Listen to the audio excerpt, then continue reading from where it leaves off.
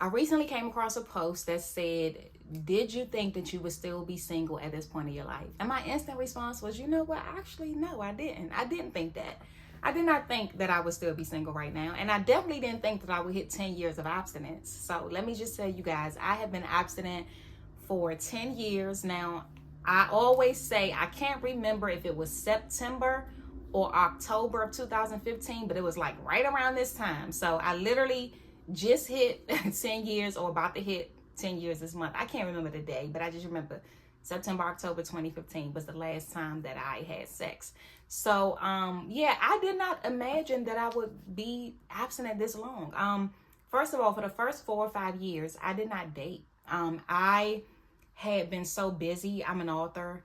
For those of you that don't know, I've written 4 books, and I was just busy. I was writing my books, I was speaking, and I was, doing different speaking engagements. I was doing workshops based on one of my books, Not My Goodies. It is a book. It's a book about the benefits of practicing abstinence.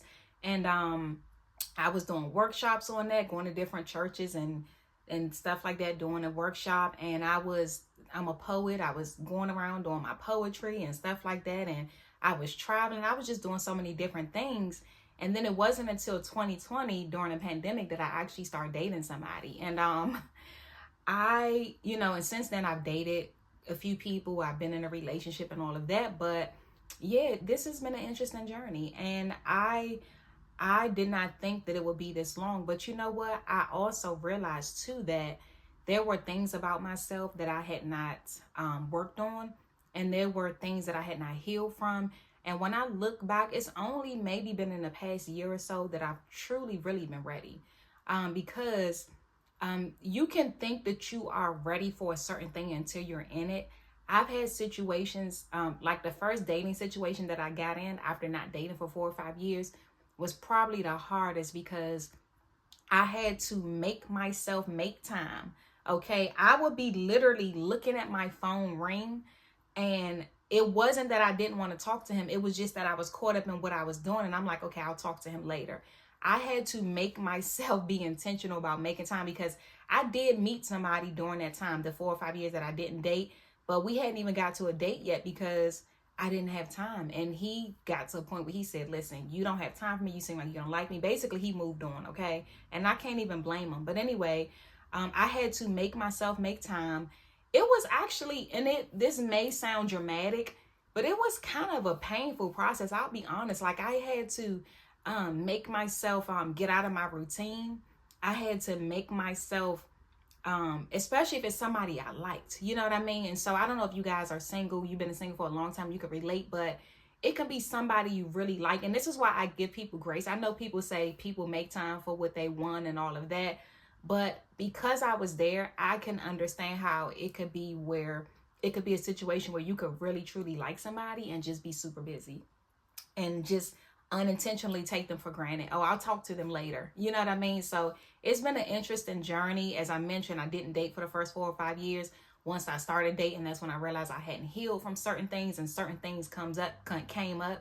You don't even know certain things are still there until you're in it. They say relationships and marriage, it brings, like, that right there will bring stuff out of you that nothing else ever will, right?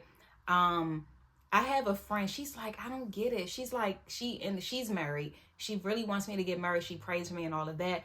But she's like, she said to me, and she said to this multiple times, but the most recent time, she was like, I just don't get it. You're abstinent. You're being faithful to God. Like, I just don't understand why you haven't, gotten married yet. And I told her, I said, you know what? God has actually shown me some things about myself that I needed to work on and need to work on, that I can understand. And you guys can relate if you have a relationship with God. There are some things that that other people won't understand, but it's like, I know what God has shown me. I know what he told me even back when I was 25. Okay, I'm 40 now. I remember what he told me back then, that I'm not even going to get into that in this video. That's a whole nother video. But anyway, I just share that to say that I get it. I get that I wasn't ready. I understand, but I also know that I can't just be with anybody. So that's another thing too, is like, some of you guys can relate to the fact that you can meet people. You meet people. That's not the issue, but it's also coming across the right person. and not just settling just to be with somebody. I know people who just, anybody that gives them attention, they just go running. You know, I just don't want that. I don't want just anybody. I would rather be single than to just be with anybody. You know, I'm not a picky person at all. But I do know, because of my journey, not everybody, my dating pool is a lot smaller, because first of all, even though there's a lot of Christian men that I come across, not everybody is abstinent or willing to be abstinent until marriage and all of that. So that's a whole nother thing. And so because as you're, you know, as you get closer to God, as your standards grow, your dating pool gets smaller, and you really have to be okay with the fact that, you know what, this could take a while. You know what I mean? This could take a while. But anyway, this video isn't scripted or anything. I didn't even have a point. I just wanted to share that because of the post I came across, and I did share it on my Facebook. And I then, if I could offer advice or encouragement to anybody, is to just hang in there. If you're new to the journey, hopefully you won't have to go as long as I did. You know, and there's just so many different reasons why I could have been this long. It could have been me, all on me. I know some of it was me. It could be because it's not God's time, and it could just be so many different reasons. But, you know, hopefully you don't have to have as long of a journey if you do desire marriage. But if you do, I would just recommend to be busy, be in purpose, have something to do, because if you're sitting around miserable, the time is going to go by so much slower.